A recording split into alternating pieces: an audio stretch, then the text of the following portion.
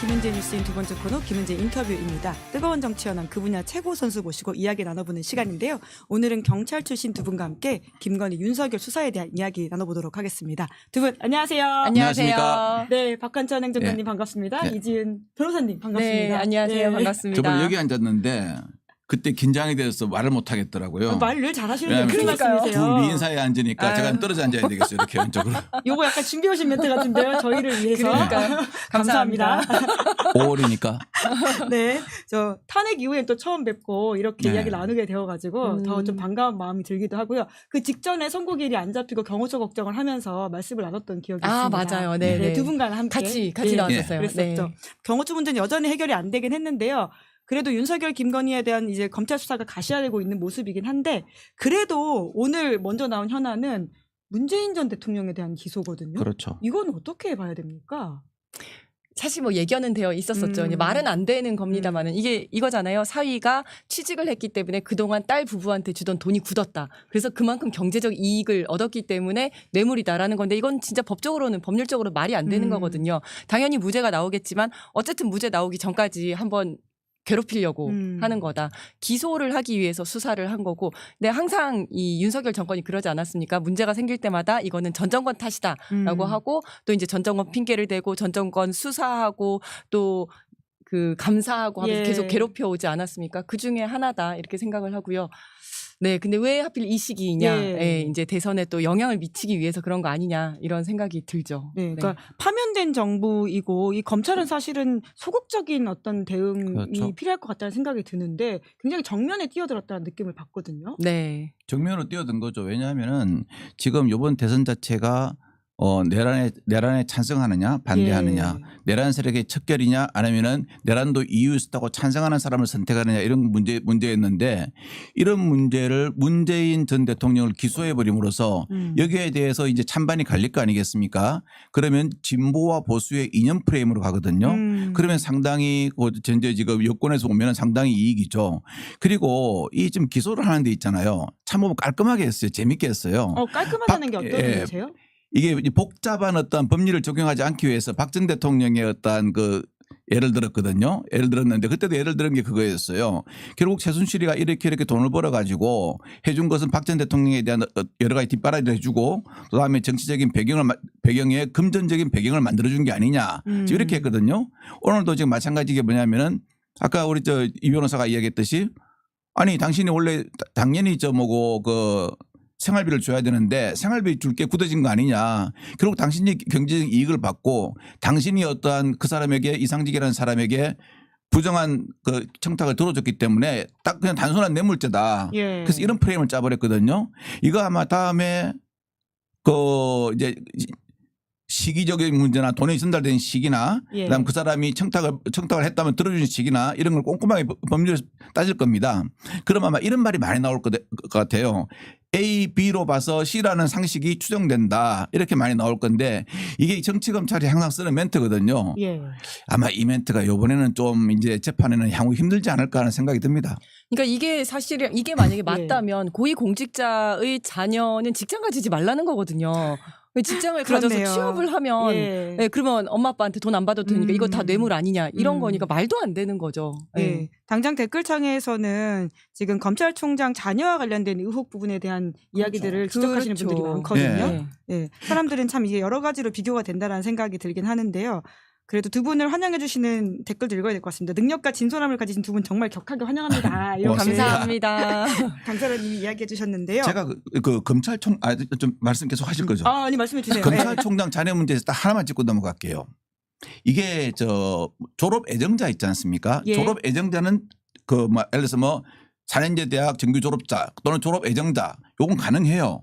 채용이 가능합니다. 채용이 가능한데 뭐냐면은 최종 합격일을 기준으로 해가지고 졸업이 확정이 돼야 돼요. 예. 근데 학위를 따는 사람에 대해서 어떤 학위를 받을 애정자. 왜냐하면 학위를 하게 되면 논문 심사를 하게 되죠. 논문 심사 이후에 학위가 줄 것인가 안 줄 것인가를 결정되는데 그 사람이 그때 학위가 나올지 안 나올지 어떻게 압니까? 그렇기 때문에 어떤 학위를 받을 애정자는요. 정부 공무원 채용 규정상 이런 거 보면은 이런 문구를 넣는 데가 없어요. 예. 근데 참 특이하게 넣었어요. 아. 예, 그래서 저는 그 부분에 대해서는 반드시 수사를 해야 된다고 생각합니다. 학위를 받을 박사학위 애정자 예. 이런 건 없습니다. 왜냐하면 학위는 분명히 말씀드리지만 논문을 통과해야 언제 학위가 나온다는 게 정해지는데 논문 심사도 안 끝난 사람을 학위 받을 애정자라고 그래가지고 이 사람을 채용한다는 자체가 아. 이건 특혜책으로 그렇죠. 봐야 됩니다.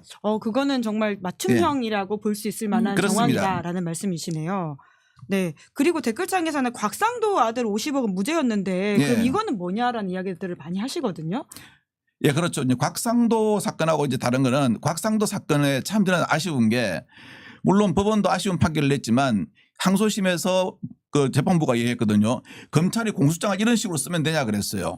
소위 말하는 저는 곽상도 그 씨가 1심에서 그 아들의 어떠한 50억 수술 이제 뭐 네. 25억 얼마지만 50억 맞죠?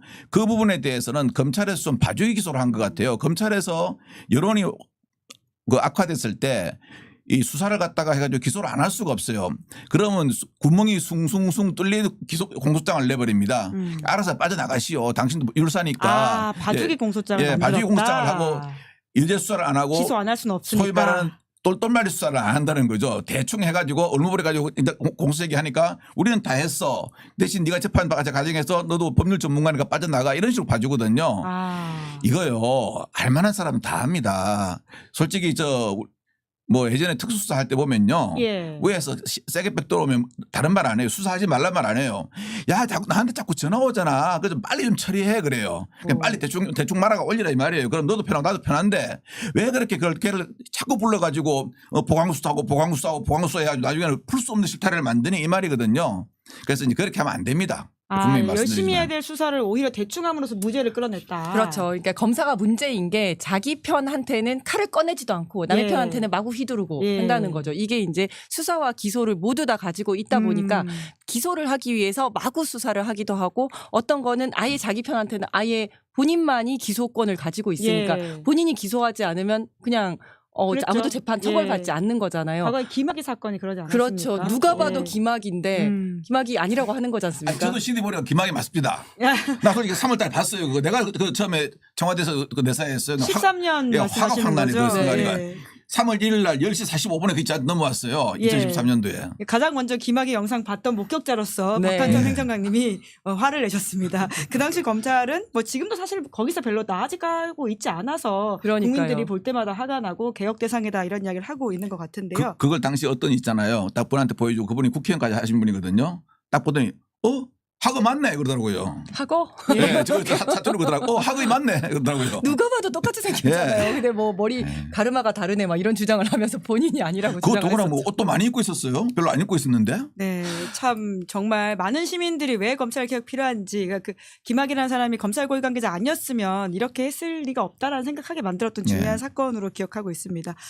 그러다 보니까 뭐 김건희 수사 이야기로 좀 넘어가야 될 것 같긴 한데 네. 그래도 그 사이에 그 많은 분들이 오늘 좀 궁금해하시는 게 이재명 전 대표와 관련돼 있는 선거법 사건을 대법원에 두 번째 심리에 들어갔다라고 하는 부분인데요. 예. 이 속도가 진짜 좀 이례적인 거냐, 혹은 대선 전의 결과가 나와서 정치적인 스케줄에 영향을 받는 거냐라고 하는 것이거든요. 두 분이 보시기 어떻습니까? 사실은 이게 굉장히 이례적이죠. 왜냐하면 전원합의체 같은 경우에는 한 달에 한 번 정도 하는데 이번에는 요 사건 하나만으로 벌써 두 번째 하고 있는 거거든요. 그래서 우리가 생각할 때는 이것은 대선에 개입하려고 하는 게 아닌가라고 의심하는 것이 굉장히 합리적인 의심이다라고 생각을 하는데 그렇다면 아주 나쁜 의도로 개입을 했을 경우가 이제 걱정이 되는 거잖아요. 그런데 이제 경우의 수들을 쭉 살펴봤을 때 저는 그렇게 걱정을 하지는 않아도 된다 이렇게 생각을 해요. 우리가 가장 걱정을 하는 게 그러니까 예를 들어서 상고 기각을 했다, 예. 무죄 확정을 했다 이러면 땡큐고 별로 걱정할 필요가 없죠. 근데 가장 걱정을 하는 게 파기 자판을 하려는 거 예. 아닌가 이런 생각을 하잖아요.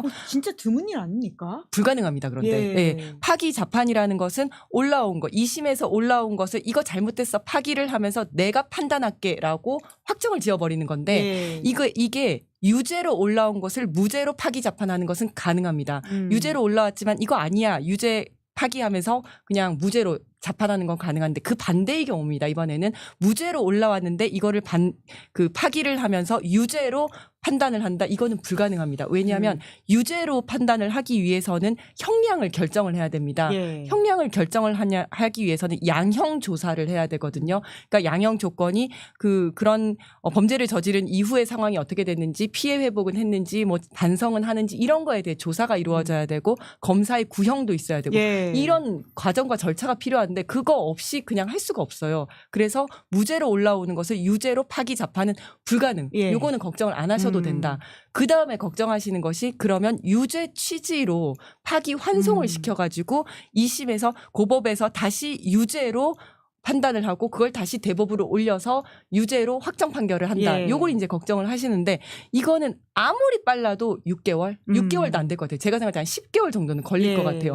그러니까 뭐 물리적인 시간이 안 되는 6월 거죠. 3일 안에 결과가 그렇게 안 절대 됩니다. 나올 수는 없다. 절대 나올 수 없다. 예. 그러니까 아무리 속도를 내도 자동차로 시속 1000km를 달릴 수는 없는 거잖아요. 그런 속도이기 때문에 그거는 불가능하다. 예. 그렇다면 현실적이면서도 악의적인 선거 개입이라고 할 수 있는 거는 유죄 혐의로 파기 환송을 하면서 파기 환송을 하면 사람들이 생각할 때는 이재명이 유죄네. 뭔가 나쁜 문제 사람이었네. 있네. 예. 이 정도 이미지를 줘가지고 이제 지지율을 낮추는 그런 의도를 가지고 할 수는 있습니다. 이게 가장 나쁜 형태의 재판 개입인데요. 현실적으로 가능한. 근데 저는 이렇게 됐을 경우에 국민들이 오히려 굉장히 분노하실 거라고 봐요. 그리고 지지자들이 오히려 결집을 할 것이다. 그래서 굉장히 화나지 않겠습니까? 대선에 개입하려는 분명한 의도를 가지고 이렇게 이례적으로 빨리 속도를 내서 네. 유죄 취지로 이제 파기환송하는 거기 때문에 그럴 경우에는 오히려 이제 사법부까지도 심판해야 된다. 이런 여론이 더 생길 것이다라고 네. 생각합니다. 아무래도 걱정은 덜 해도 된다라는 취지의 말씀 같기도 하고. 맞아요. 네. 예. 보충 설명해야 되겠죠? 예. 자,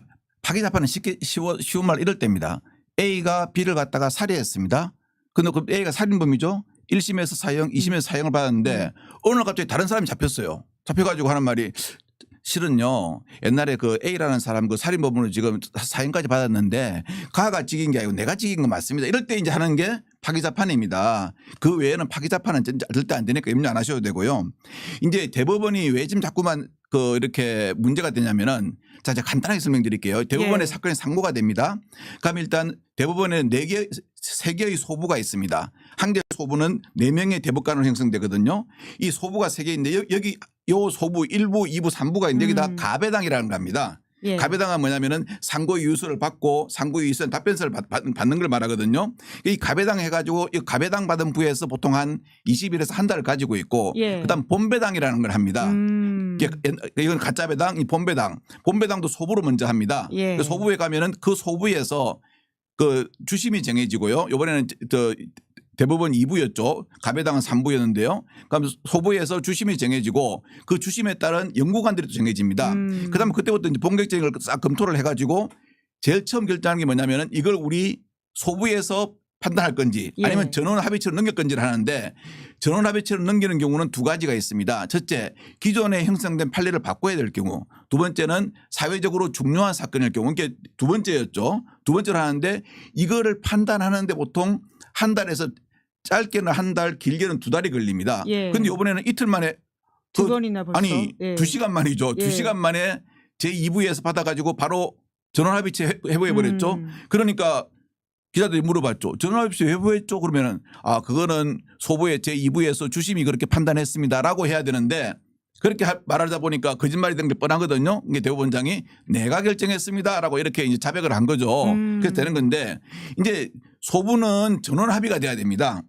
근데 소부는 만장일치가 돼야 되는데 전원 합의체는 과반수를 결정하거든요. 그렇죠. 이번에 같은 경우는 이제 6분이 찬성하면 되고요. 6대6 됐을 때는 대법원장이 키보드를 쥐고 캐스팅보드를 쥐고 이제 하는 거거든요. 그래서 이제 하는 건데 아까도 말씀드렸다시피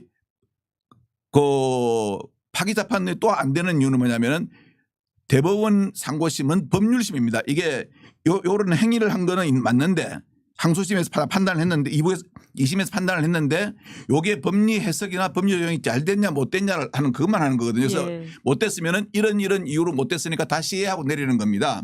근데 자판을 하려면 어떻게 되겠습니까? 사실관계가 맞는가 안 맞는가를 따져야 양형을 줄 수 있거든요. 예. 파기자판은 안 되는 거고요. 그다음에 이제 파기환송이라 그러는데 저는 이게 파기환송을 과연 선거 전에 할 수 있을까 싶어요. 왜냐? 제가 이렇게 이제 그 항소심 판결문을 봤거든요. 판결문 보면 제일 뒤에 뭐가 붙어 있냐면 검찰의 공소장이 붙어 있어요. 그러니까 1심에서는 어떻게 해가지고 실형을 줬냐면은 하나 김문기 모른다, 골프 쳤다 안 쳤다.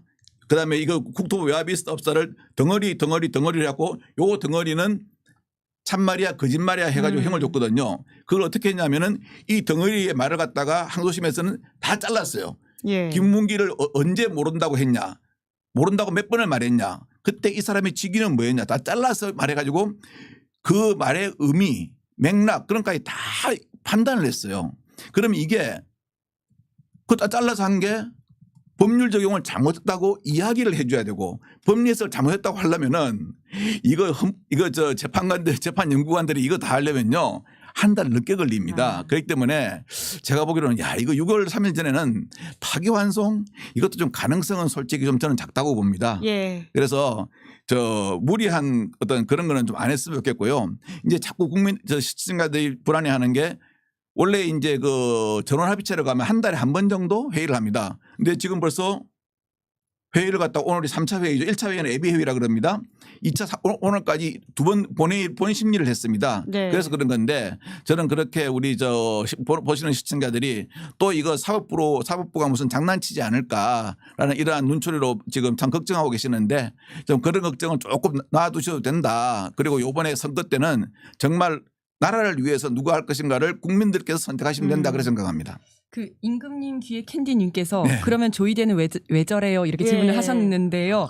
저도 그렇고 좀 꽤 되는 법조인들이 아주 조심스럽게 예측하는 거는 이거 선거 되기 전에 무죄 털어주려고 그런다라는 생각을 오히려. 하시는 분들도 예. 좀 있어요. 예, 근데 예. 지금은 우리가 이제 사법부를 믿을 수가 없고 또 굉장히 경계하는 눈빛으로 끝까지 바라봐야 되기 때문에 이제 이런 말을 좀 잘 안 하고는 있는데 이제 실제로 헌법재판소와 대법원은 굉장히 경쟁 관계입니다. 근데 이번에 헌법재판소에서 8대 0으로 이제 탄핵을 시키면서 굉장히 칭송을 받지 않았습니까? 예, 예. 그래서 대법원에서 우리도 뭔가 좀 하고 싶다 이런 게 있을 수가 있고 네. 그다음에 조이대 같은 경우가 권력의 향방에 굉장히 민감한 사람이라는 거예요. 네, 뭐 그런 여러 가지 특성들을 예, 봤을 예. 때 본인이 그 전에 무죄로 털어주려고 그런다라는 예측을 하시는 분들도 꽤 계십니다. 그리고 설령 이제 현실적으로 가장 안 좋은 뭐 파기환송이 된다 하더라도 뭐 우리 국민들이 더 똘똘 뭉쳐가지고 오히려 더 지지율이 더 높게 나오고 이제 단합을 할 수 있다면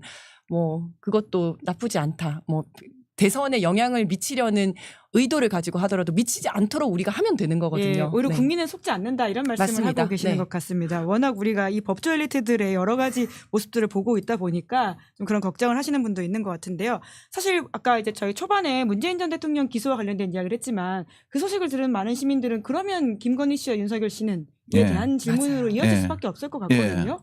김건희 씨에 대한 기소가 아니죠. 조사가 좀 임박했습니까? 박한천 행정관님? 저는요 이게 제가 왜 검찰이 거짓말했는가 제가 이제 설명해 드릴게요. 아, 검찰이 지금 거짓말하고 있나요? 아니 검찰이 그랬거든요. 김건희 씨와의 소환 일정을 지난 2월 말부터 조율 중이었다고 예, 그랬잖아요. 그렇게 밝히고 있죠. 말했죠.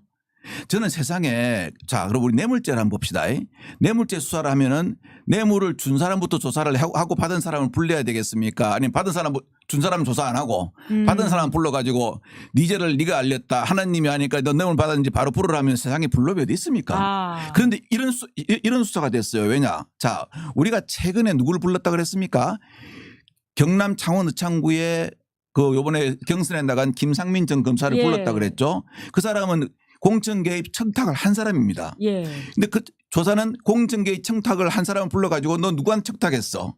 그다음에 청탁을 받은 사람 부르고 그다음에 결정권자를 부르고 난 다음에 해야 되는 거거든요. 이런 식으로 순서가 틀렸다. 순서가 나가는데 아니 그 사람을 최근에 소환했지 않습니까?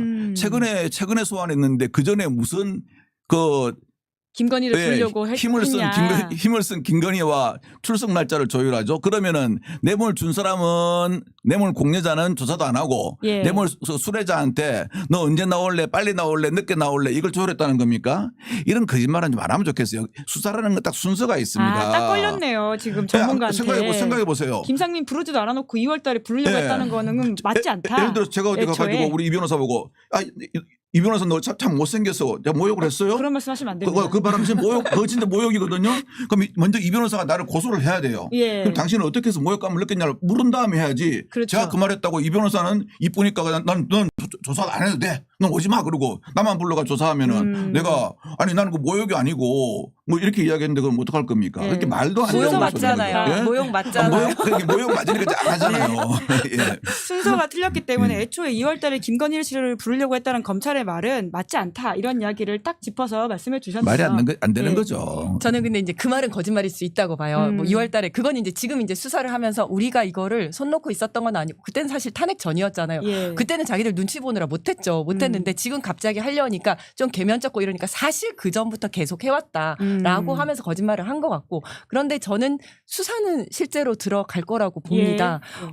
왜냐하면 이제 이게 첫 번째는 한동훈계가 좀 움직일 수 있다라는 생각이 좀 들고요. 검찰 안에 한동훈이요. 네. 한동훈과 연결된 이제 그다음 미래 권력을 누구로 할 것인가를 고민을 하면서 예. 한동훈계가 움직일 수 있다라는 생각이 들고 두 번째는 이제 민주당이 정권을 잡을 가능성이 좀 높아져 보이지 않습니까? 그러다 보니까 새 정권이 들어서면 김건희 특검이 들어오고 그러면 자기들은 이제 특검에 다 뺏기고 그럼 대어를 놓치는 거거든요. 예. 그래서 지금 이제 수사 잘하면 여기서 이제 김건희 수사를 잘하면 새 정부 들어오더라도 검찰 개혁의 좀 칼날이 무뎌지지 않을까라는 기대를 좀 할 수 있습니다. 예전에 문재인 정권 때 자기들이 적폐 수사를 막 열심히 했더니 처음에 검찰 개혁해라라고 하다가 그게 슬슬 묻어졌거든요. 그랬죠. 그게 그래서 윤석열이었죠. 맞습니다. 예, 그래서 선봉에. 한 번 거기서 교훈을 얻은 거예요. 아주 나쁜 교훈을 얻어서 이번에도 이제 주인이 바뀔 때쯤 돼서 전 주인을 콱 깨물어가지고 그다음 주인한테 갖다 주면 이번에 또 예쁘다 하면서 검찰개혁 그냥 넘어가지 않을까라는 기대를 좀 할 수가 있고요.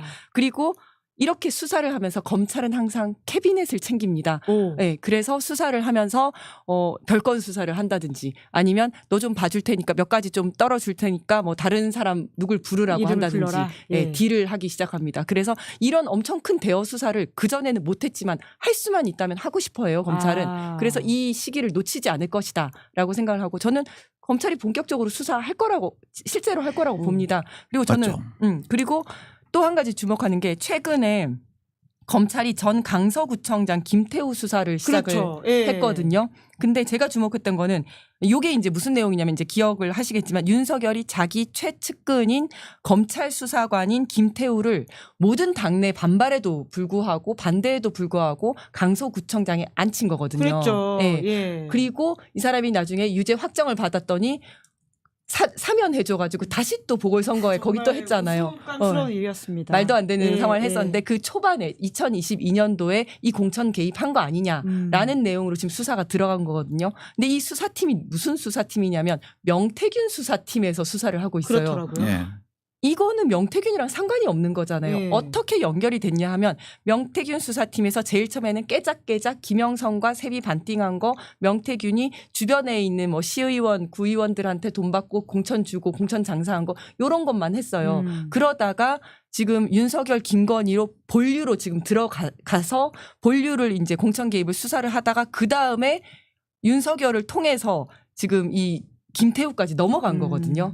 그렇기 때문에 그 윤석열 김건희의 공천 개입에 대한 수사가 본격적으로 시작됐다. 그 신호탄이다라고 저는 보고 있어요. 예. 참 너무 늦긴 했지만 참 그렇죠. 너무 또 티가 납니다. 이걸 지금 왜 지금 하냐면요. 예. 실은 그 김건희 씨가 공천 개입했다는 것은 국민들이 다 아는 사실입니다. 예. 그러면 국민들 할 때 볼 때 이게 김건희 씨가 선거 부정에 개입했다 이렇게 되거든요. 그렇기 때문에 김건희 씨는 아주 국민 대다수로부터 많이 지탄을 받고 있어요.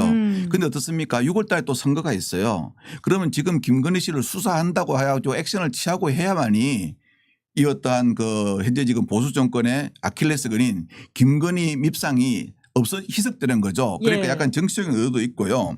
제가 볼 때는 요번에 김건희 씨를 불러서 수사한다 그래도 요거는 딱 공천 개입에 딱 끝날 겁니다. 그럼 왜냐하면은 지금 뭐 대기업 M&A나 창원 산단 문제에 대해서는 전혀 수사가 안 들어갔거든요. 야. 그런데 제가 알기로는 명태균 씨의 그 녹취 파일 있지 않습니까? 그걸 다 복원을 했어요. 네. 그걸 복원했는데 참 그 복원하는 과정에 에피소드가 많았대요. 어떤 에피소드가 있었냐면은 이게 워낙 많기 때문에 예전에는 주로 녹취사들이 이걸 했거든요. 예. 했는데 요즘은 AI로 넣습니다. 아. AI로 넣으면 AI가 다라락 해가지고 알아서? 탁탁 예. 나오는데 명태균 씨가 사투리를 워낙 많이 쓴대요. 네. 그러니까 가다가 삐 하니까 안 되는 거예요. AI 오작동이 일어났군요. 네, 그래가지고 직접 이걸 갖다 끼고 들으면서 아, 직접 해가지고 일일이. 예, 다 예. 이제 파일을 분석했는데 거기에 보면 별 내용이 다 있다 그래요. 별 내용이 다 있는데도 딱 이렇게 요것만 잘라서 하는 것은요. 요번에도 보면은 수사해가지고 물론 이제 나올 때는 아마 특혜 시비가 없게 나오게 할 거예요. 그런데 뭐 김건희 씨를 갖다가 뭐 신병 처리하거나 이런 문제에 대해서는 저는 큰 기대를 하지 않고 있습니다. 예. 신병 처리를 하는데 기대가 없다고 하시는 아니, 거는 기소는 하겠지만 예, 뭐 넓히진 않을 것이다. 뭐 구속 기소라든가 해가지고 아니면은 뭐 여기에 대한 어떠한 다른 비리 의혹 있지 않습니까? 예. 공천 개입 말고 다른 비리 의혹이나 이런 까지 수사를 이번에는 확대하지는 못할 거다. 시간 아. 여유도 안 되고 그러니까 일단은 제가 보니까 그 급하게 떼우기식 수사 있지 않습니까? 요새는. 예, 아. 그게 좀 그치지 않겠나 하고 저는 그렇게 생각합니다. 그것도 약간 눈 가리고 아웅일 수 있겠네요. 그렇죠. 지금 시기가 딱 좀 있으면 대선 시기니까 예. 공천 개입 어떠한 비리에 대해서는 우리 검찰도 그 대통령 부인이었지만 이건 칼을 댄다 이런 모습을 보여줘 가지고 약간 희석을 시키는 거죠. 예. 근데 어쨌든 이러든가 저러든가 새 정부가 들어서면 특검은 해야 됩니다. 김건희 특검도 그렇고 명태균 특검도 그렇고 검찰이 지금 깨작깨작 하는 것만으로는 네. 믿을 수가 없기 그럼요. 때문에. 예, 내란도 예. 있고 최상병도 그럼요, 있습니다. 그럼요. 예. 그렇습니다. 네. 예. 왜냐하면 사법개혁 하면요. 사법개혁 해야 될 거 아니겠습니까? 예. 검찰만 개혁에 칼날했을 것 같습니까? 제가 보기로는 검찰하고 법원하고 같이 칼날했습니다. 예. 아니, 그러면 지금 건진 관련된 수사도 다른 별건으로 지금 진행되고 있지 않습니까? 그렇습니다. 결국 그것도 김건희 씨를 향해 가는 것 같던데요. 어떻게 그렇죠. 보십니까? 예. 그 있지 않습니까? 예. 자, 뭐 다른 건 다 차치하고 제가 재밌는 이야기 하나 드릴게요. 그 관봉 있죠. 예. 관봉이라는 게 뭐냐면은 대충 이제 아실 거예요. 한국은행에서 발행을 하면은 이걸 갖다가 5만 원짜리 신권 있지 않습니까? 그걸 한 묶음에 100장이겠죠? 그거 10묶음을 합니다. 예. 그걸 갖다가 다시 이렇게 십자로 이렇게 다룹니다. 십자로 이렇게 묶어버린다는 거죠? 십자로 예. 묶어가지고 거기다가 띠를 붙입니다. 영화에서 보는 그걸 그냥 락? 관봉이라 그러는데 2012년도 우리가 장진수 전 민간인 사찰? 주무가 예. 민간 사찰 때 저 관봉 5천만 원이 나왔죠. 이 관봉은요. 한국은행에서 일반 은행으로 가거든요. 그럼 일반 은행에서 예를 들어서 제가 이제 돈을 찾으러 왔습니다. 그 달라 그러면은 관봉이 있으면 관봉을 해치가지고 그 5만 원짜리 100장짜리 한 묶음씩을 확인한 다음에 주는 경우는 있어도 이렇게 그 포장도 뜯지 포장도 않고 안 뜯고 예. 그 째려주는 건 없다. 비닐봉지에 있는 관봉은요. 제가 알기로는 몇 군데서는 주는 걸로 알고 있습니다. 어딘가요? 그때요. 한 군데만 제가 밝힐게요. 한 예. 3군데 주거든요. 예. 국정원에 있는 은행 출장소에서는 줍니다. 아, 국정원에 예. 은행 출상소가 있어요. 왜냐면 예를 들어서 이제 오. 그 기관 안에 이제 은행이 있잖아요. 뭐 예, 농협이나 예. 뭐 네네네. 농협이라 하면 특수하니까 뭐 농협이나 국민은행이나 뭐 하여튼 네네네. 은행이 있을 겁니다. 네네. 주고 또 한 군데 더 있습니다. 3군데 주고 한 군데는 더 밝혀도 되겠죠. 네. 예. 옛날에 보면은 그 소위 말하는 1번지 안에 청와대요? 예, 농협 출장소가 나와 있거든요. 아, 거기도 예. 관봉을 다룬다. 예, 거기도 관봉을 다룹니다. 예. 그래서 뭐 다른 한 군데는 제가 다 말씀드리면은 또 난리 갈까봐 말씀 안 드리겠습니다. 예, 총 제가 세 군데가 그때 있는데 관봉 두 조사를 군데? 했거든요. 아. 예, 해보니까 관봉이 그렇게 나오고 그 관봉은 있지 않습니까? 어느 은행에서 나갔는가가 딱 정확히 나오거든요. 오. 그러면 어떡하냐.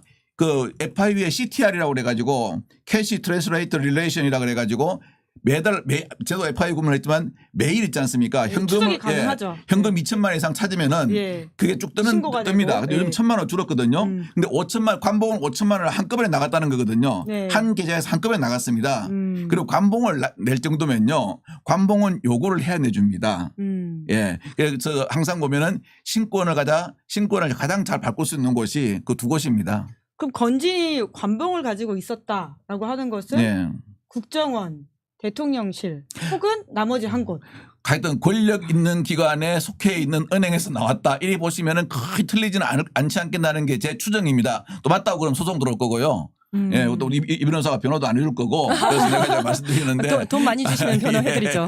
보통 이제 권력 있는 기관에서 그 사용할 수 있는 게 관봉입니다. 네. 아니 그리고 저는 이 얘기를 딱 들었을 때 이렇게 사실은 이제 1,000만 원 이상만 그 뽑아가거나 가지고 예. 가려고 예. 해도 이게 보이스피싱 가능성이 높기 때문에 예. 바로 경찰로 신고가 들어오거든요. 그렇죠. 그래서 혹시 1,000만 원 이상 왜 필요하냐라고 다 물어보고 확인을 한 다음에 보이스피싱이 아닐 경우에 내주거든요. 그러니까 이 사람 같은 경우에는 누군가 받았는지 모르겠지만 굉장히 믿을 만한 사람이다. 아니면 알려진 사람이든지 예. 이 사람은 보이스피싱에 속은 사람이 아니라는 게 확실할 경우에 이런 대규모가 나가거든요. 그래서 뭐 여러 가지들이 좀 이제 수사가 되어야 된다라는 생각도 들고 또 개인적으로 궁금한 것은 이걸 딱 보면서 너무 구체적으로 사안들이 나오고 있더라고요. 예. 그죠? 그러니까 이게 검찰의 공식 브리핑이 아닌 것 같은데 그러니까요. 수사가 내용이, 된 거가 네. 언론에 실시간 나오고 실시간으로 있죠. 나오고 예. 있잖아요. 그 안에 그다음에 뭐 어떤 목걸이, 목걸이라든지 예. 얼마였다고 예. 그중에 관봉은 얼마였고 막 너무 굉장히 구체적으로 나오던데 이거는 압수 목록 정도가 거의 유출이 된 수준이다라는 생각이 들고 그렇다면 내부에서 뭔가 이렇게 그러니까 위와 아래가 이렇게 수사팀과 뭐가 잘 맞지 않거나 아니면 내부에서 아주 기강이 무너졌거나 아니면 내부에서 어쨌든 계속 작정하고 흘리고 있다. 이런 생각이 언론 들더라고요. 플레이를 하고 있는 거 하고 있다. 아니냐라는 근데 여기에 말씀이시네요. 대해서 공식적으로 브리핑하겠습니다라고 하면 이제 문제가 그렇죠. 될 수 있으니까 밑으로 계속 흘리고 예. 있다. 그럼 검찰의 속내는 뭐예요? 결국 김건희 씨에 대한 수사를 투트랙으로 해서 구속시키겠다 이런 건가요? 제가 또 파악하는 기술 하나 가르쳐 드릴게요. 오. 이게 이제 기밀이 싹 나오잖아요. 예. 나오는데 한 건, 두 건 나오고 그다음에 탁 다치는 경우가 있어요. 예. 그거는 누가 내부에서 불만이 있거나 스파이가 흘리는 겁니다. 근데 이게 나오면서도 그 뭐 줄줄줄줄줄 나오는 경우가 있어요. 조금씩요. 예. 그거는 의도적으로 흘리는 겁니다. 왜냐하면 잘못 흘리게 되면요. 피의사실 공표나 공무상 네. 기밀누설이 되거든요. 그리고 이제 야 의도적으로 흘린다 이렇게 그 오해를 받을 수가 있거든요. 그렇기 때문에 그거는 계속 연속적으로 나오잖아요. 연속적으로 나오는 건 고의적인 흘리는 겁니다. 예, 검찰이 의도를 가지고 언론에 알려줬다 이렇게 추정할 수 있는 상황이라는 거네요. 생각이 돼요. 그리고 예. 아니, 본인들은 계속 수사를 하려고 하는데 위에서 못하게 하니까 이걸 계속 흘림으로써 뭔가 여론을 좀 환기를 시키려는 게 아닌가라는 생각도 좀 들거든요. 실제로 이게 계속 나오니까 그 주요 언론의 사설에서 네. 명태균 게이트도 있었는데 건진 게이트 이거 뭐냐, 그다음에 뭐 관봉이니 다 뭐 목걸이니 이게 뭐냐 여기에 대해서 예. 밝혀라 이런 얘기들이 나오고 있거든요. 그럼 그 힘 받아서 어쩔 수 없이 수사를 하게 되는 그렇게 가기 위해서 그런 거 아닌가 이런 생각도 들었습니다. 네. 댓글창에 이미 사람들이 맞추고 계십니다. 박한전 행정관님 노코멘트 하셔도 되는데요. 청와대 국정원 검찰 아니냐. 사람들이 예, 지금 한덕수 대행처럼 그냥 노코멘트 하시면 됩니다. 갑자기 정신이 팍 드네요. 아우 예, 놀라라. 검찰 아니냐고 댓글이 엄청 많아요. 이거요. 참 이거 돈 받은 거 있잖아요. 이건 관봉은 찾아내려면 있지 않습니까? 금방 찾아냅니다. 그럼요. 네. 수정이 된다. 일년 번호 다 관봉은 있고. 1년 번호가 다 있고 네. 예. 그다음에 누가 예. 예를 들어서 우리 이재현 변호사가 거기 은행원이잖아요. 이재현 변호사가 관봉을 꺼낸 것까지 나옵니다. 그러면 본인이 그날 처리한 현금 인출 내역이 있을 거 아니겠습니까? 그럼 본인 불러 물어보면 바로 이야기합니다. 그리고 기억할 것 같아요. 이 많은 돈을 큰 관봉, 돈이니까. 예, 그리고 그대로 관봉은요. 관봉 수사해 보셔서 너무 거의 잘하시네요. 다 기억합니다. 제가 기억하죠. 보니까 네. 거의 다 기억하더라고요. 관봉은요. 아 살면서 그런 걸 볼 경험도 없으니까. 왜냐하면 100장은 괜찮지만 1000장이라는 거는요. 다 기억이 납니다. 아, 그 들기도 무겁지 않아요? 예. 생각해 보세요. 누가 지나가다 한 대 툭 치는 것은 기억 안 해도 있지만 그걸 갖다 10대를 때리고 가보세요. 예. 맞은 사람 기억 안 하겠습니까? 그러게요. 상식적으로 판단해야죠. 예, 결국은 다 입을 다물고 있는 것이고 무언가를 보호하기 위해서 이렇게 네. 되고 있는 거다라는 의심을 할 수밖에 없을 것 같긴 합니다. 예. 김건희 씨 수사는 그럼 곧 포토라인 선다 이렇게 보시는 거죠? 6월 3일 안에. 저는 포토라인 쓴다고 보고요. 예.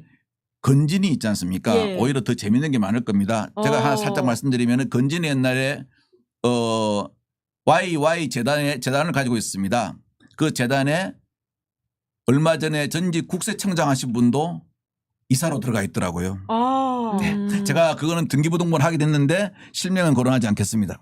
등기부등본 떼보면 다 알 수 있다고 예. 합니다. YY 재단입니다. YY요? 아, 그 네. 재단 이름이 YY예요? 아니요. 그러면 뭐예요? 이니셜이 그럼 Y다. 재단이라고 하는데 YY 재단이라고 하셔서. 재단이라고. 아, 예. 이니셜을 말씀해 주신 것 예. 같아요. 그 재단 YY. 이름을. 예. 예. 재단요. 네. 지금 관봉 수사 해보셔서 아는 지금 박한천 행정관님께서 거의 수사에 준하는 지금 취재를 해오셔가지고 저희한테 네. 힌트를 주고 계십니다. 조금씩 흘리고 계신다 이렇게 네. 이해해야 될 것 같아요. 저도 이제 포토라인에 설 가능성이 높다라고 6월 보는데 3일 안에. 네네네. 네. 이제 검찰에서는 대선 전에. 네, 대선 전에 설 가능성이 높지만 이거는 검찰에서 증거를 얼만큼 가지고 있느냐에 따라서 좀 달라질 수 있다. 왜냐하면 검찰은 어떤 의지를 보여주고 우리 김건희 수사한다 이걸 보여주기 위해서 포토라인에 세우려고 할 예. 겁니다. 그런데 이제 김건희는 안 설려고 하겠죠. 야, 그럼 나 안 나가라고 하겠죠. 그런데 검찰에서 안 나오시면 우리 체포영장 신청할 수밖에 없습니다. 이렇게까지 가야지 이제 포토라인 서는 거거든요. 예. 근데 그 정도 딜할 거리가 없으면 못 세우는 거죠. 아니 그냥 바로 영장 치면 되는 거 아닌가요? 구속영장 검찰 그렇게 잘 쳤잖아요. 그렇죠. 근데 구속영장을 쳐가지고 발부가 될 정도의 혐의 증거를 가지고 있으면 그렇게 세게 나갈 수가 있는데 예. 만약 그 정도까지가 아니다라고 하면 이제 검찰이 세게 나가기가 예. 좀 힘들겠죠. 기각될 가능성이 있으면 영장 안 칠 수 있다. 네, 그럴 수 있죠. 검찰이 언제부터 근데 지금 나온 걸로 봐서는 혐의가 굉장히 나온 게 많고 본인 뭐 이렇게 목소리도 나왔고 많이 예. 나오지 않았습니까? 예. 그렇기 때문에 이 정도만 해도 저는 검찰이 세게 나갈 수 있을 네. 거라고 봐요. 사실 네. 의지 가지고 있는 수사는 오히려 기각되면 법원을 탓하는 방식으로 그렇죠. 하면서 네, 네. 그냥 마구 쳐버리는 걸 많이 봐가지고 맞아요. 사실 의지가 없는 게 아니냐 이런 의심이 좀 들기도 합니다. 그런데 저 같으면요. 김건희 씨한테 연락했는데 지금 제가 이 수사를 맡고 있잖아요. 공천개입 수사를요. 맡고 있는데 포토라인 안 쓴다고 그러면 그러겠어요. 아니 여기에 안 쓰면은 남부에 가서도 어차피 써야 될 거 아닙니까? 뭐 한 번 쓰나 두 번 쓰나 똑같은데 그냥 한 번 멋지게 써주세요. 그럴 것 같습니다. 남부 같은 경우에는 지금 삼부토건 사건을 말씀하시는 거죠. 이제 금융당국에서 이 사건에 대해서 이제 고발을 하기로 했는데 네. 근데 거기에 또 김건희 씨는 뺐잖아요. 금융당국에서. 김건희란 말은 없었고요. 예. 특정 인물들은 대상에서 제외됐다 이렇게 돼 있습니다. 왜? 예. 그 특정 인물이 뭐 세 사람이나 나오더라고요. 뭐 말씀하신 예. 이건 제가 먼저 말씀하신 게 아니고 우리 기자님께서 먼저 말씀하셨으니까 저는 그 바다가 이야기하는 겁니다. 기사가 많이 저도 났습니다. 이렇게 이제 걱정하지 저도 마십시오. 삭방법은 다 따지고 합니다. 뭐 김건희 씨 나오고 이종호도 있고요. 네, 이종호 있고 예. 또 뭐 W모 장관, 원모 장관이라 그럴게요. 원모 장관. 예, 뭐 이 세 사람이 그 뭐 특정 인물이라 그러더라고요. 그래서 오늘 그래 이복현 금감원장이 이야기했지 않습니까? 예. 특정 인물과에 연관된 개인적 친분으로 국회에서 공격을 받고 있는 건 사실이다. 예. 라고 이야기를 했거든요. 그런데 말입니다. 여기서 이복현이가 정말 잘못한 게 하나 있어요. 이복현 금감원장이 고발을 했죠. 남부지검에. 네. 그죠? 이거 고발을 하면 가만히 생각하니까 거기는 제외하고 거기는 남부지검 너희가 받아서 그걸 털어내든 말든 알아서 해야 하고 소위 말로 뜨거운 감을 던진 거잖아요. 그럼 제가 오늘 제가 그래서 남부지검 검사장하고 이복현 씨하고 기수를 봤어요. 예. 남부지검 검사장이 훨씬 선배예요. 그럼 솔직히 제가 남부지검 검사장이면 되게 기분 나쁘거든요. 이거 봐라. 지는 면피하려고 싹 빠지고 나한테 공을 던져? 그러면 이걸 갖다가 다시 또 누르 쓰는 방법이 하나 있습니다. 이게 뭐냐면은 금융감독원 직원 있지 않습니까? 예. 금융감독원 직원은 사법경찰과의 직무를 수행할 자와 직무의 범위에 관한 법률 제5조 49호에 보면요. 금융감독원에 있는 사람에 대해서 금융위원회에 있는 사람에 대해서 불공정 거래는 특별사법경찰관으로 지정할 수 있습니다. 그러니까 이건 고발 대상이 아니고 너희가 수사할 대상이니까 내가 보강수사 지휘할 테니까 너 보강수사해. 다시 올려. 오히려 다시 공을 던질 수 있다는 거군요. 그렇게 할 수 있습니다. 왜냐하면 특별사법경찰관이거든요. 그걸 검사장이 지정할 수 있습니다. 남부지검에서 다시 지금 수사하고 금융당국에 보낼 거다. 보낼 수 있으니까 제가 오늘 팁을 드리는 겁니다. 굳이 본인 손에 처음 피붙이기 싫으면은 다시 그렇게 해가지고 보내가지고 조사를 해가지고 올려 이렇게 말할 수 있다고 제가 방법을 알려드리는 겁니다. 네, 뭐 기사가 이미 났으니까 이름을 다시 한번 말씀을 드리면요. 이종호 전 블랙펄 인베스트먼트 대표 그리고 김건희 씨 그리고 원희룡 전 장관 이 포함되지 않았다 이렇게 보도가 나오고 있습니다. 근데 저는 또 특이했던 게 거기에 강제 수사가 필요하다라고 또 적시를 또 했더라고요. 네. 그 뭐죠? 그러니까요. 본인이 법조인으로서 하는 만큼 그 메시지는 어떻게 이해해야 됩니까? 그러니까요. 본인이 하는 만큼 해서 하면 되는데 그걸 또 본인이 직접 손에 피는 안 묻히면서 강제 수사가 필요하다라고 적시하는 것도 참 좀 어떻게 보면 비겁하죠. 그 말은 이 말이에요. 나는 강제 수사권이 없어서 그리 못하는 거니까 내가 검찰에 뜰 때가 너가 하라는 거거든요. 그럼 받은 검찰을 그러죠. 그래. 강제 수사권 있어. 내가 너 특별사법경찰을 지정해 줄 테니까 그때부터 이제 강제 수사 되는 거야. 열심히 해봐. 이렇게 되는 거죠. 참 이렇게까지 열심히 수사를 안 하려고 하는 모습에 대해서 답답해하실 것 같다라는 생각이 드는데요. 이렇게 하면 안 돼요. 네. 계속해서 이 부분은 저희가 두 분을 모시고 좀 팔로우하도록 하고요. 끝으로 이 현안도 안 여쭤볼 수가 없습니다. 이 한덕수 대행이 출마하냐 마냐를 가지고 오늘은 국민의힘 이 4강 후보들이 사실상 러브콜을 안철수 후보 빼고 보냈거든요. 네. 같이 하자. 네. 이 정말 나온다고 보기 때문에 이렇게 하는 거라고 보십니까? 두 분은 어떻게 전망하세요? 일단은 이 4명은 여튼 이제 결선에 올라가야 되지 않겠습니까? 그런데 한덕수 한덕수 차출론에 대해서 이제 긍정적으로 생각하고 지지하는 사람들이 있기 때문에 그 지지율을 흡수하기 위해서 우리도 다 문 열려 있다. 얼마든지 나는 한덕수 내가 가면 나는 한덕수 안 돼. 이러면 이제 한덕수 차출론을 지지하는 사람들의 지지율이 빠질 거니까 예. 이제 지금 마치 넓은 마음으로 하는 것처럼 이야기를 하지만 모르겠어요. 실제 그 상황이 되면 이 사람들이 단일화를 할 것인가 이건 또 잘 자기가 모르겠고 후보가 되고 나면 또 마음이 네. 바뀔 것이다. 그것도 잘 모르겠고 예. 저는 한덕수 같은 경우에는 본인이 출마를 할 거라고 생각을 합니다. 왜냐하면 정치인이 가장 뿌리치기 힘든 유혹이 출마 유혹이라고 하거든요. 예. 겪어봐서 아는 데입니다. 그렇죠.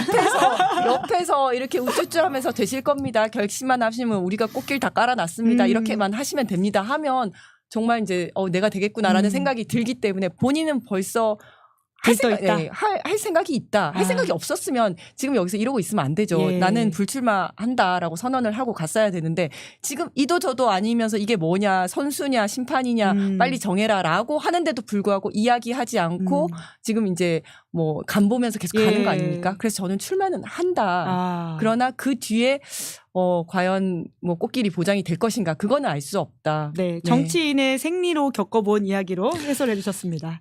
오늘 있잖아요. 예. 4명의 그 경선 후보가 전부 다 한 명 빼고 있지 않습니까? 나는 한덕수 받아들일 수 있어. 네, 안철수 빼고. 나는 뭐 이재명만 안 되게 한다면 다 받아들일 수 있어. 야, 국민의힘 후보들이 한 거거든요. 만약 정말 국민의힘 후보들이 정말 이런 생각을 가지고 있으면요. 당명 바꿔야 돼요. 이번 대선에서 국민의힘이 아니고요. 이재명의 힘으로 바꿔야 돼요. 이재명의 힘을 빌려야 본인들이 할 수가 있잖아요. 그리고 저는 이쯤에서 우리 한덕수 권한대행한테 호를 하나 재주고 싶어요. 난가 한덕수. 한덕수. 난가 그래서 정치권을 대해한다는 병이 하나 있죠. 난가병이죠. 전염병이에요. 그 전염병. 난가 한덕수인데요. 이게 지금 이상하게 흘러가는 게요. 국민의힘 경선 토론이 어떻게 흘러가냐면은 원래 뭐 친탄 반탄, 탄핵에 찬탄 반탄 이렇게 흘러갔잖아요. 이렇게 흘러가는 게 아니고 오늘부터는 어떻게 흘러가느냐? 친덕수 반덕수. 이렇게 흘러가는 것 같아요. 프레임 전환을 시도하고 프레임 있다. 전환을 시도하는 것 같아요. 친덕수 반덕수로 흘러가는 것 같은데 하여튼 오늘 보니까 그 18분 동안 있지 않습니까? 저는 딱 하고 후보고 이거 출마 선언하는구나 생각했어요. 시정연설 하신 거 맞아요? 그 시정연설이었어요? 나 네. 출마 선언인 줄 알았어요. 내가 헷갈릴 뻔했어요. 예. 난 출마 선언하는 줄 알았어요. 네, 그럼 출마한다고 그럼 박관찬 행정관님도 보시는 거네요? 하는데 끝까지 간을 보겠죠. 5월 4일까지. 3일까지. 3일까지. 예, 끝까지 간을 볼 겁니다. 국민의힘 후보가 나오는 그날까지. 그런데요. 간 봐봐야 있지 않습니까? 그간입니다. 제가 보기로는 너무 그리 간 보실 필요 없고요. 정말 정치는 소신이 있어야죠. 우리 딱 이변호처럼 나 정치하고 싶어. 나 국회의원 하고 싶어. 그러니까 여러분 나 좀 밀어주십시오 하고 딱 나가면 되는 거지. 뭐 간을 보고 기우뚱 하루 이틀 사신 분도 아니고 안 그렇습니까? 이 나이 드신 분이 자꾸 기우뚱 하면요. 현대적으로 쓰러져요. 아니 저는 그리고 제일 처음에 한덕수 차출론이 나왔을 때 이 상황이 어땠냐면 김문수가 1위를 하고 있을 그랬죠. 때였어요. 근데 당시에 김문수는 워낙 극우기 때문에 그럼 김문수가 극우 쪽을 모아오고 한덕수가 약간 중도 확장성이 있으니 이 둘이 단일화해서 그 한덕수가 먹는다. 요런 이제 계획을 가지고 이런 시나리오를 가지고 한덕수 차출론이 시작되기 시작했거든요. 근데 지금 상황이 바뀌지 않았습니까? 그렇죠. 김문수 계속 떨어지고 있고 홍준표는 나는 뭐 문이 열려 있다고 하지만 홍준표를 아시잖아요. 홍준표는 말이 계속 바뀌고 자기가 이제 대권 후보가 되면 내가 왜 그래야 되는데 막 이렇게 나올 가능성이 높고 그다음에 한동훈이 만약에 이제 결선에서 1위가 됐다. 한동훈이 됐을 경우에는 한동훈이 됐는데 굳이 한덕수와 단일화할 필요가 있을까라는 생각을 사람들이 할 것 같아요. 그리고 그때 만약에 그래도 한덕수를 필요로 하는 상황은 뭐냐면 한덕수와 이재명 후보가 1대1 가상 대결했을 때 한덕수가 월등하게 높다. 이러면 한덕수와 단일화해야 된다는 여론이 있겠죠. 그런데 그럴 가능성이 없지 않습니까? 그러면 한덕수는 어째 내가 좀 한번 출마해서 대통령 돼볼까 이러고 나오긴 했는데 무슨 낙동강 오리알 비슷하게 이제 별로 필요 없는 상황이 될 수 있을 것이다. 뭘 해도 그렇게 어려운 예상됩니다. 길이다. 네. 1차 경선 결과를 아무도 이야기 안 했죠. 누가 1등, 2등, 3등, 4등. 그런데 제가 보면요. 그 후보들이 다 이야기해버리는 것 같아요. 왜냐하면은 우리가 3강 1약이죠. 그죠?